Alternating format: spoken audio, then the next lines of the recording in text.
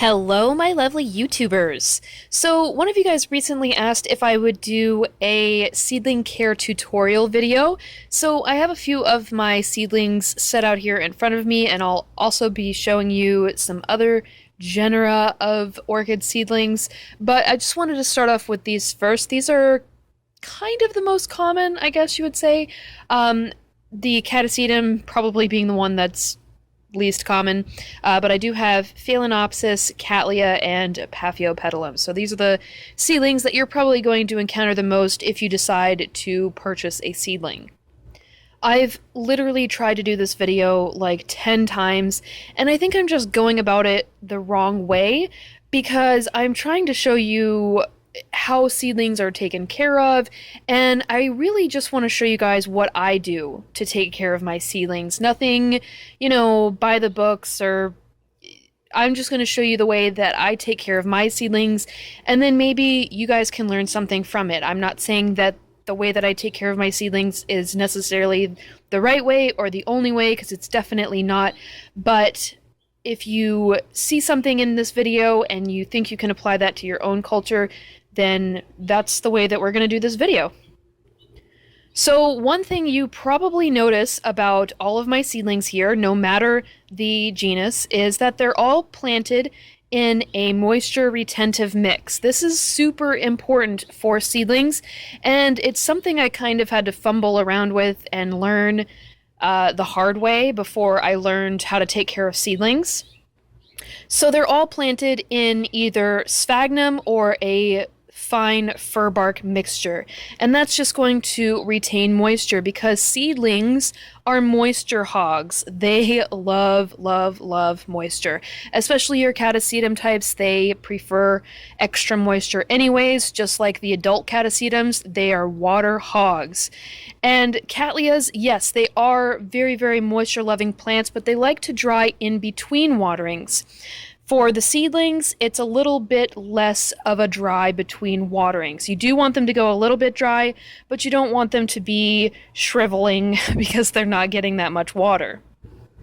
So every morning I come out and I check on my collection. I just do a once over. Sometimes I'll pick up individual plants. I spend a lot of time with my orchids, and I really think to be a good orchid grower, you have to know your collection inside and out. So that means getting to know each plant, their likes, their dislikes, not that kind of get to know, but just know your collection. Even if you just watered the day prior, it's always good to come out. I mean, you never know if you're going to find a bug, like a caterpillar or a slug munching away on new roots or something. Maybe not so much for indoor growers, but you never know. Bugs are crafty little beasts. So I come out every morning, and the first thing I do is I come and I check on my seedlings. This is my community pot of Vanda tricolors. They were deflasked on March of this year, so March 2015, and they're doing really well. So when I look at my seedlings, the first thing I'll do is I will touch the media, and can you hear it? It's crunchy. And I do let my Vandas dry between waterings because the adult Vandas, obviously, they dry between waterings. They don't like to be kept wet. For the seedlings, however, they do appreciate extra moisture. So now that I've felt that the sphagnum is nice and crunchy, I'm going to go ahead and water. So I have a hand pump sprayer here, and for fertilization reasons, I will actually add a cap full of Neptune's Harvest fish emulsion fertilizer. Anything like that that's going to help promote new roots and leaves. You can also soak them, but sometimes I'm in a hurry and I'll just spritz them, and I make sure to do it early in the day, that way the water has a chance to evaporate.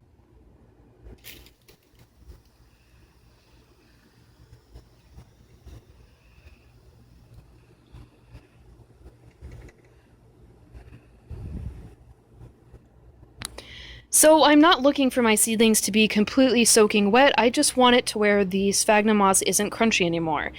Now, because I do top water, number 2 most important thing is ventilation. Seedlings need tons and tons of ventilation to keep them healthy and happy. When you let things go stagnant, even with adult plants, that's when things start to rot, that's when things start to go bad. For me, ventilation is a little bit easier because I have my seedlings outdoors, so they're getting all of the crosswinds. I also have a fan underneath my shaded porch. So it's much easier for me to keep these guys nice and aerated. But one of the best ways to keep your seedlings aerated is to make sure that the medium in which you're planting them in has some space at the bottom, or some other way for air to get into the container and move around. So for this one, this particular community pot, it has hydrogen as its first layer and then sphagnum moss as the second layer. So the Vandas, they do touch the sphagnum moss, but they have that extra aeration down at the bottom. And my Paphiopedilums are actually dry as well, so I'm just going to spray them. If I can avoid getting the leaves wet, I will. I'm not saying I always top water, but sometimes I'm in a hurry and I don't want them to be dry when I'm gone for the day.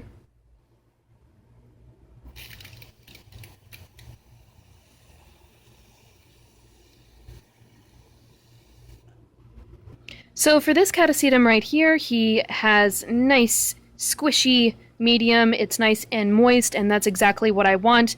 Catasetums are water hogs, fertilizer hogs. They just grow super, super rapidly and then lose all of their leaves in the winter time. So with your orchids that are rapid growers, they're going to need a lot of fertilizer and a lot of water very quickly. So it's good to keep even the seedlings nice and moist. You don't want them sopping and dripping wet, but it's always good to have a moist medium for your catasetum seedlings. Now this one did go dormant over the winter, I can tell, because it has dropped the leaves. So catasetum seedlings require the same or similar dry winter rest that their adult counterparts. You really just want to look at the oldest pseudobulb because that's what's going to be supplying the plant with nutrients over the winter time. Any of the back bulbs really, but for your seedlings they might only have one back bulb. So that back bulb is going to supply all of the nutrients for the catasetum over the winter time. If you see the catasetum bulb shrivel excessively, you can spray a little water around the rim of the pot, and that should help to hydrate the pseudobulb because catasetums live where it's very, very humid year-round. So they technically are getting moisture even during their dry winter rest, but it's not what they would get in the spring and summertime where they get monsoonal type rains. And so we've talked about watering, we've talked about ventilation, we've talked about fertilizer. Now we need to talk about light. Seedlings cannot handle as strong of light as their adult counterparts can, so I make sure that my seedlings, if they do get any sunlight, it's only morning sunlight. These seedlings right here that I got from Wade actually receive direct morning sunlight. So it is okay to receive direct sunlight if you're a Brassocatlia or a catasetum. Their adult counterparts can handle strong light. The seedlings, however, cannot handle strong light just yet, so I give them direct morning sunlight only. It's really only for about maybe 1 hour, if that. But for the most part, most of my seedlings only receive dappled sunlight. For the majority of the day, though, they are actually shaded. I keep them under my shaded porch, and so they're only getting bright sunlight. Bright, indirect sunlight is really the best for seedlings. You don't want to burn them. So, listening to the orchid, if it's excessively shriveling, or if you start to see leaves starting to change color, any signs of dormancy, you're going to want to listen to the plant. So for catasetums, that's really the best advice that I can give, because not all catasetums go dormant at the exact same time. It all depends on your environment, your culture, where you live in the world. I mean, some catasetums right now have already gone through their growth phase and are starting to go dormant. And some catasetums grow slower than others. Some catasetums don't bloom after their growth has matured. Sometimes they will grow off of immature pseudobulbs and bloom. So the best advice I can give you is to watch your catasetum or any other of your dry winter rest type orchids like Dendrobium nobile. And just in general, do the research before purchasing a seedling. If your orchid comes from a place that gets a dry winter rest, or maybe it doesn't get a full dry winter rest, do the research to see where your orchid is coming from and do your best to mimic that sort of environment. For seedlings, you're just going to modify that. Now, some people ask me why I don't have a lot of orchids, even though I have a large collection. How come I don't have a lot of orchids that are blooming? Let me tell you guys, seedlings are the bulk of my collection. I buy them cheap and I buy them in bulk. I just love seedlings, and a lot of people don't, and it surprises me. I mean, I guess it doesn't fully surprise me, but I think that seedlings have so much to give back in terms of satisfaction that, I mean, it's just such a joy to grow something from seed and then have it bloom for the first time, and you get to witness that very first bloom. If you buy an adult plant, it could have been living for 10 years before you bought it, and maybe this is like its 100th blooming or something. But to see that very first bloom, I don't know, it's something magical. So I really, really do recommend seedlings if you get the chance to get your hands on one. Another great thing about seedlings is that even within the same hybrid, say you had, what is this? This is Brabantiae by Schomburgia tibucinus. Even if you had 10 of these, none of them would be the same. They would all be genetically different. So maybe some of them would have, all different blooms, or maybe 2 would look similar, but none of them would be the same. And I think that's probably one of my favorite parts about growing seedlings. You have something unique, something that nobody else has. If you grow a hybrid, like this orchid here is Brassolalia cattleya Husky Boy with the cultivar name Romeo, all of these are going to look pretty much the same. They're all going to be genetically identical, and so they're all going to have the same exact blooms. Whereas your seed-propagated orchids are going to be different. So there's just something really cool about saying that you have the only one of something. I don't know. And even if it does take a while for it to bloom, say 4 years, 5 years, I mean, if you have a lot of orchids, if you have adult orchids, then there's really no hurry. I mean, for me, there's no hurry because I have other orchids to keep me occupied with their blooms. So sneaking a seedling into my collection, I wouldn't even know. I wouldn't even be hanging on the edge of my seat waiting for it to bloom. Anyways, that's my little spiel about caring for orchid seedlings and why you guys should choose to have an orchid seedling, at least one in your collection. Don't be scared. They are very, very easy to take care of. They require just a little bit more moisture than their adult counterparts, pretty much across the board. Cattleyas,